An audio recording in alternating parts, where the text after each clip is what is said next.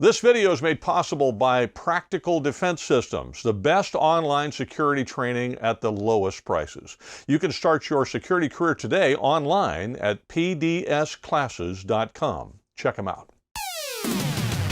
Praise the Lord and pass the ammunition. It's time for the GunGuyTV podcast.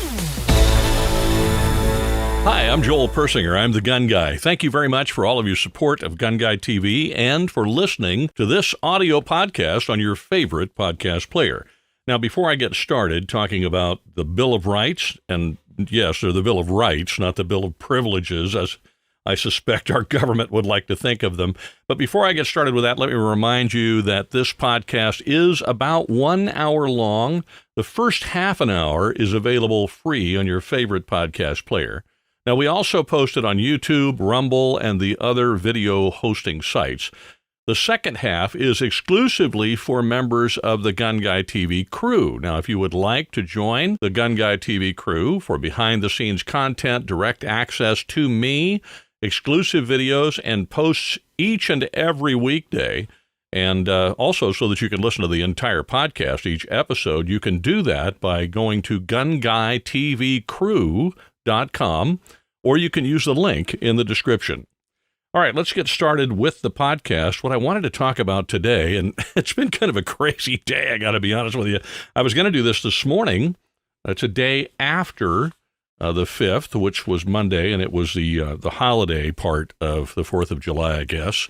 And so as a result, we kind of took 3 days just to, recharge, I guess you would say, maybe. So I hope you don't mind my being a little bit late with this. This was actually due yesterday. I was going to do it this morning, but my neighbor's having all this concrete work done.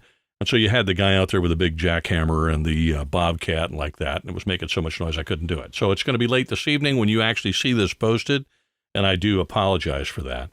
What led me to this is all the effort, it seems, on our government's part to help us not know what our rights are. I mean, in our education system, I don't even think they go over this anymore. When I was in high school, we went through all of this, and we learned about the first 10 amendments, the Bill of Rights, and we learned about the Constitution and even had to remember certain things like the Preamble to the Declaration of Independence, which I had to remember for a test, and I can still recite for you today. I'm not going to do it, but I could have. We had to remember the Pledge of Allegiance because we did it from the time we were kids. And in a very real way, patriotism was sort of installed in us as kids. And frankly, as a patriot, I don't disagree with that. I know a lot of people might. But if you disagree with the idea of patriotism being taught in school, then you also have to disagree with the idea of hatred of country or the antithesis of patriotism being taught in school. If you just want it to be straight down the middle, okay, we can do that, but we don't get to teach an ideology, whether it's Marxism and communism or capitalism and patriotism and freedom and the things that involve the United States.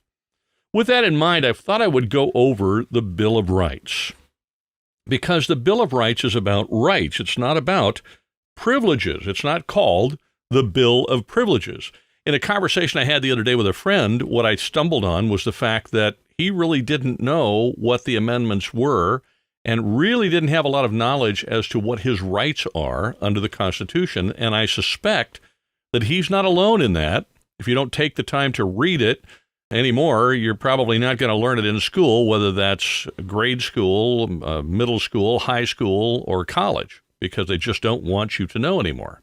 So let me go through this, and I'll break it down for you a little bit at a time. Hopefully, I don't bore you at all, but we're just going to go through the first 10 amendments. We know about the second because we're Second Amendment advocates, and we know about the first to a degree because it's hard to be a Second Amendment advocate or an advocate of anything if you're not a First Amendment advocate, because without the First Amendment guaranteed freedoms, you couldn't be an advocate of anything else. But let me look at the preamble first. This is the preamble from the Bill of Rights, and I'll read it to you, and then I'm going to break it down for you a little bit. Here's what it says. Congress of the United States began and held at the city of New York on Wednesday, the 4th of March, 1789.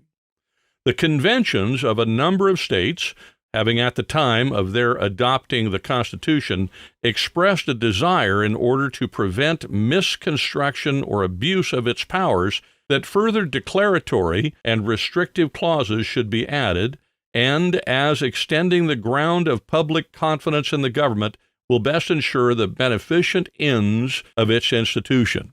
And you say, what the heck did that just say? Well, it's an older style of English, so it's a little bit confusing.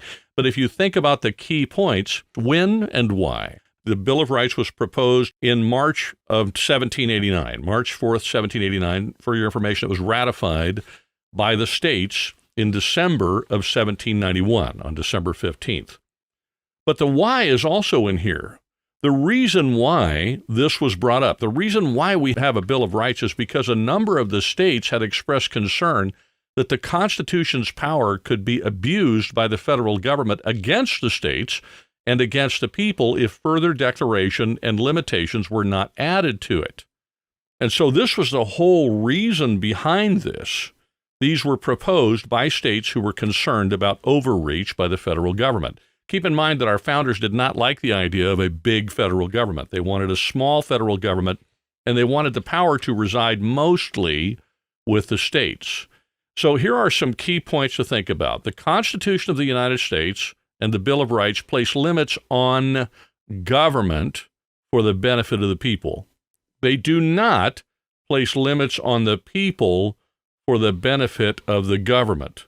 By the way, as far as I know, the United States Constitution is the only governing document of a country in the world that can say that. It governs and limits what the government does, not what the people do in favor of the government. That's a key thing about our United States Constitution, and one of the things that makes it an absolutely beautiful and wonderful document. It is unique among founding documents of countries of the world throughout history. Here's another thing. As we read the Bill of Rights, keep in mind that these limitations were placed in our Constitution by the founders because of the abuse they were already experiencing under the rule of the English king. The founders were not attempting to protect the people of the United States against fanciful imaginings or theoretical future abuses. On the contrary, our founders were suffering under the very abuses they wished to protect future Americans against, and frankly, protect themselves against by forming a new nation. If we keep those two things in view, the fact that the Constitution was designed to limit government, not people, and reserve power for the people, and secondly, these things were placed here specifically because the founders were already experiencing the abuses these were meant to protect against, this helps us understand what the Constitution was all about and what the Bill of Rights were all about when the rights were actually drafted and ratified. So let's look at the first one, and we'll go through each one. All right, this is the First Amendment. You're very familiar with it, I'm sure, but I'll read it to you anyway. Congress shall make no law respecting an establishment of religion or prohibiting the free exercise thereof, or abridging the freedom of speech, or of the press, or of the right of the people peaceably to assemble and to petition the government for a redress of grievances. All right, now let's look at that one. First, you want to actually have a location where you can have a gathering, where you can peacefully assemble. You have to get government permission, and you have to pay for a permit. And that flies in the face of the First Amendment. Under COVID, I'm sure you remember, it wasn't that long ago, under COVID, the government placed limitations on peaceable assembly at church. You weren't allowed to gather in groups. It was against the law to have a certain number of people inside your home. You couldn't gather as a church, or all these things that the government was restricting that were all violations of your First Amendment rights. Public schools have become places where free speech is punishable by suspension or expulsion. And that's the case in K through 12 schools as well as universities. And these schools are run by the government. And as far as I know, the First Amendment has been incorporated to the states and the local entities. It doesn't just bind the federal government to these restrictions on its abuses, but also local governments as well. Let's add a few more of these. Redress of grievances against government has become ever more challenging as the government abuses its power in secret. For example, it's a great question that President Trump asked the other day at his rally, and I've been asking it for a while. Who shot Ashley Babbitt? Do you know that even her husband can't find that out? Nobody can find out who shot Ashley Babbitt. How is he supposed to address this with the government, this abuse of shooting an unarmed woman? She was unarmed and was not threatening anyone at the time she was shot. Who shot Ashley Babbitt? We don't know, and we should know. We can't redress grievances if we don't know who the grievance is against. Why was the FBI spying on the Trump campaign? And who was responsible for doing it? We've had all these investigations, and yet there's a whole lot of people walking around free that ought to be in jail over that one. And most recently, Tucker Carlson of Fox News has discovered, I guess, that the NSA has been spying on him. These are abuses of the press, abuses of individual freedoms, and they all fall under the First Amendment. We'll look at the Second Amendment in just a moment. If you carry a gun or keep a gun for home defense, you'll find yourself with some serious legal battles if you ever have to use it to defend yourself. That's where second call defense comes in. I've used second call defense for years and recommended it to my students that entire time.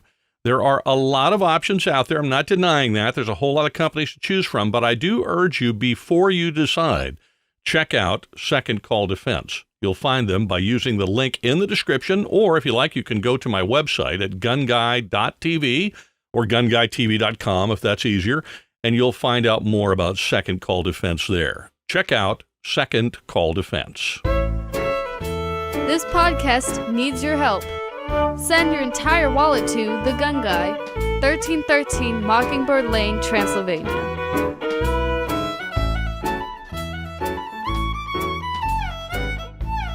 All right, back to the amendments and on to the second one we love so much. A well-regulated militia being necessary to the security of a free state, the right of the people to keep and bear arms shall not be infringed. When you understand that this amendment was ratified by states that were deeply concerned about the abuse of government power against the people, the intent of the right becomes crystal clear. The right of the people to keep and bear arms shall not be infringed because private arms are the people's only means of ensuring their own security and freedom. I mean, it can't be said more simply than that. All right, let's look at the Third Amendment. Nobody ever looks at this, but it is an interesting thing to talk about. Here's Amendment number 3.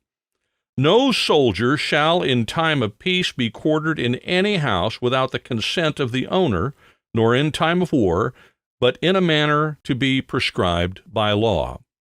It was common practice for soldiers to commandeer private homes back then for military use without the consent of the property owner. So this really is a property right. It's a right to control your own property and who goes in and who comes out. And it falls right in with another amendment we're going to talk about here in a minute, which the Supreme Court has been working to defend, and there have been some really interesting decisions lately. So let's look at the Fourth Amendment. These will begin to fall in place for you. Here's the fourth one. The right of the people to be secure in their persons, houses, papers, and effects against unreasonable searches and seizures shall not be violated, and no warrant shall issue but upon probable cause, supported by oath or affirmation, and particularly describing the place to be searched and the persons or things to be seized. Well, this is also a security property right, isn't it? You can't just invade your home to go searching around. They can't just invade your home to take it over and use it as a command center. They can't just look for stuff pell-mell. They can't show up and say, well, I'd like to look through your house and hope that I find something that might get you in trouble. We've seen government agents do that a lot recently. They did it with Rudy Giuliani. They did it with Trump. Imagine how the FISA court and the whole FISA idea, when applied to American citizens, flies in the face of this right. When you read it, the right of the people to be secure in their persons, houses, papers, and effects against unreasonable searches and seizures shall not be violated, and no warrant shall issue, but upon probable cause supported by oath or affirmation, and particularly describing the place to be searched and the persons or things to be seized. The entire thing against Trump and his campaign flew in the face of the Fourth Amendment, and we have seen the Fourth Amendment further and further diminished in its power and its teeth over the years Fortunately, our current Supreme Court seems to be taking that seriously and adding some additional teeth, or I should say, restoring the teeth that the founders wanted in it in the first place. All right, let's look at the Fifth Amendment. And this is a very important one because due to television and movies and the media, we come to believe that the only people who ever rely on the Fifth Amendment for anything are people who are guilty of something. I'm taking the Fifth. Well, first of all, if you are deposed in any criminal case which is against you, you're really smart to just shut up, okay? I'm pleading the Fifth. But we see that in the movies all the time, and we think, well, the only people that do that are people that are criminals, and sometimes police will use that against us. Well, the only people who don't want to talk are people who are guilty of something. No, if you're smart, even if you're guilty of nothing, shut up, because it's very possible that you could say something that could get you in deeper and deeper legal trouble and land you in prison for a very long time. It's happened. All right, so let's look at this Fifth Amendment. No person shall be held to answer for a capital or otherwise infamous crime unless on presentment or indictment of a grand jury, except in cases arising in the land or naval forces or in the militia, when in actual service in time of war or public danger, nor shall any person be subject to the same offense to be twice put in jeopardy of life or limb, nor shall be compelled in any criminal case to be a witness against himself, nor be deprived of life, liberty, or property without due process of law, nor shall private property be taken for public use without just compensation. First of all, do red flag laws fly in the face of this amendment? Yeah, they absolutely do. I believe trying a person in state court without success and then taking another whack at them to see if they can convict them in federal court also flies in the face of this amendment, because the amendment specifically forbids someone being twice held in jeopardy for the same offense. And yet this is done all the time. Oh, we couldn't get them in state court, so we'll get them in federal court. It's the same offense. Now, the way they get around that is because it's a federal offense as opposed to a state offense. No, it's the same offense. You're trying them in one case for murder or in one case for rioting and another case for rioting, and you're calling it something different because you can't get the conviction over here, so you're hoping to get it over there. And that flies in the face of that amendment. This is all Fifth Amendment stuff. The Supreme Court seems to be putting some teeth back into both the Fourth and Fifth Amendments. I hope they continue to do so, and we should encourage them to do so as much as possible.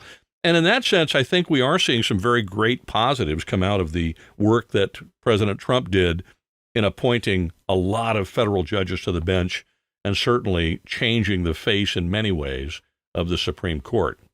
All right, let's look at the Sixth Amendment. In all criminal prosecutions, the accused shall enjoy the right to a speedy and public trial by an impartial jury of the state and district wherein the crime shall have been committed, which district shall have been previously ascertained by law, and to be informed of the nature and cause of the accusation, to be confronted with the witnesses against him, to have compulsory process for obtaining witnesses in his favor, and to have the assistance of counsel for his defense. So when you look at the Sixth Amendment, one of the most glaring abuses of this amendment's protected right, or rights, I should say, is what has happened to those who protested on January 6th at the Capitol. Many of those folks are apparently still being held in solitary confinement, by all reports that I've read, without an opportunity to post bond, without an opportunity to be released. And they're facing delayed trials. These are not speedy trials. These trials are being dragged out. And apparently they're going to remain in jail until their trial comes along. This is a clear violation of the Sixth Amendment right, or the Sixth Amendment protected rights. What we're seeing here is the government routinely, and I do mean routinely, violating our rights in every respect. And by the way, there are many more amendments than just the first 10.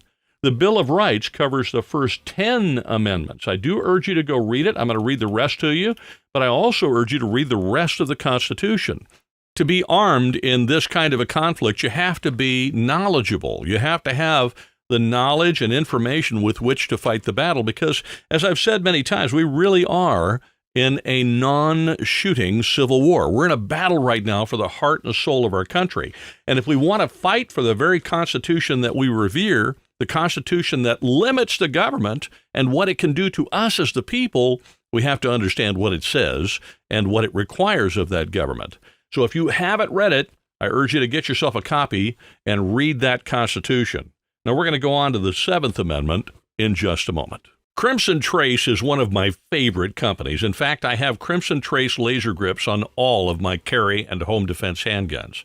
There are a lot of reasons why I recommend Crimson Trace laser grips. I've done a few different videos on the positives of having laser sights that get into areas where other people don't, so I do urge you to go watch those.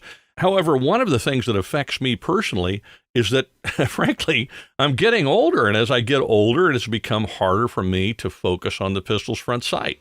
At the same time, my night vision is getting worse and worse every year. In my experience, that laser helps me get on target when it's dark, and it helps me get on target when it's dark much, much faster. Now, when you combine that with a light, whether that's a weapons-mounted light, or in my case, I like to have a separate light, it allows me to identify a threat and get on target to deal with it with incredible ease, incredible efficiency, and frankly, for my age in particular, incredible speed. So if you're thinking about lasers and weapons lights, I urge you to check out Crimson Trace. You'll find a link in the description. If you go to the website, you go to the tab that says discounts on gear on the top. It'll take you right there, and you can look for Crimson Trace. And don't forget to use the code GunGuy10 to save 10% on all of your purchases with Crimson Trace. Saving the Second Amendment, one episode at a time. This is the GunGuyTV podcast. All right, let's take a look at Amendment number 7. In case you haven't already noticed, some amendments are super popular in the press, and we talk about them all the time, most notably the First Amendment, the Second Amendment, to some degree the Fourth Amendment and the Fifth Amendment, and sometimes the Sixth Amendment because it's a due process thing. But other than that, we really don't talk about the other ones. We hear the 10th Amendment referenced quite frequently because the states use the 10th Amendment to grab back some of their power. We're going to read that one. That's the last one, obviously, in the Bill of Rights. We'll get to that one here in a few minutes. But as we go through these, I hope this is enlightening you to the idea of what the founders were trying to do. And I remind you that what they had in mind was the fact that the Constitution protected the people against the government, and it limited the government. It did not limit the people. And you're going to see that in one of these amendments here in just a minute. And also that the Bill of Rights was actually written and ratified during a time when the founders were suffering under these very abuses, and they wanted to ensure that our founding documents in this country limited not only the federal government, but also state governments and government in general from lording over the people in the same way that the English king, King George, was doing to the colonies. So let's look at Amendment number 7. In suits at common law, now I should stop and say those are lawsuits. Those are civil suits, not criminal. There is a difference. Just to give you a kind of a primer here, there's criminal court and then there's civil court, and they're different. And I do run into a lot of folks who don't understand the difference. So if you do, please bear with me for just a second.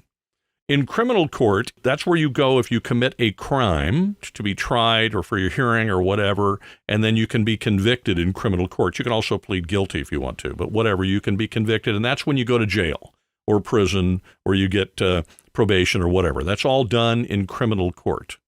Civil court, which is an entirely different courtroom, an entirely different judge, an entirely different set of rules, is where lawsuits happen. That's where one individual or entity is suing another individual or entity, and there's money involved typically, or some action. I'm suing you because you built a fence on my property and you went past your property line. And the action is, I want you to tear that fence down and put it back on your own property. Or I'm suing you because you crashed into my car and you injured my wife, and now we have all these medical bills, and I want the money for the medical bills, and I also want you to pay a little extra for her pain and suffering. That's where lawsuits occur, and we see the lawsuits a lot happen right now over the Second Amendment and First Amendment and these other amendments, and those lawsuits are what the Supreme Court has been settling most recently when it comes to addressing these types of rights and the violation of those rights by the government. So there is a difference between civil law, which is lawsuits, and criminal law, which is where crimes are dealt with. And so when the Seventh Amendment says, in suits at common law, It's talking about lawsuits. In suits at common law, again, we're talking about lawsuits, where the value in controversy shall exceed $20. Yes, this was written a long time ago. The right of the trial by jury shall be preserved, and no fact tried by a jury shall be otherwise reexamined in any court of the United States than according to the rules at common law. Now, one thing I should point out to you is that while many of the constitutionally protected rights, many of the amendments to the Constitution have been incorporated to also limit the states, this, I believe, is not one of them. This particular one, Amendment 7, as far as I know, only applies to the federal government and only limits the federal government. It does not limit the state government, which opens up a whole discussion, doesn't it? What limitations are on the state government from the Constitution? That's a totally different podcast and maybe a discussion with Chuck Michelle or something we can get into later. But it is important to know that not all of the amendments have been incorporated to the states. In fact, it was in the McDonald decision after Heller that the Supreme Court incorporated the Second Amendment to the states and limited state and local governments to the protections of the Second Amendment as well. Prior to that, that had not been done for the Second Amendment.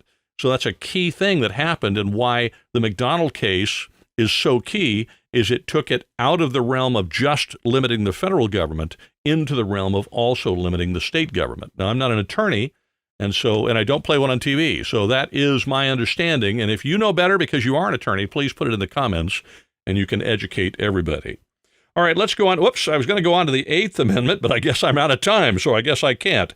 I've run myself out of time for the public portion of the podcast. We'll go over the 8th, 9th, and 10th Amendment in the second half of the podcast, which is available on Patreon for the members of GunGuyTV crew. That is a key part that you want to know about. So if you're not a member of the crew, I urge you to join. You can do that by going to GunGuyTVcrew.com, or you can look for the link in the description.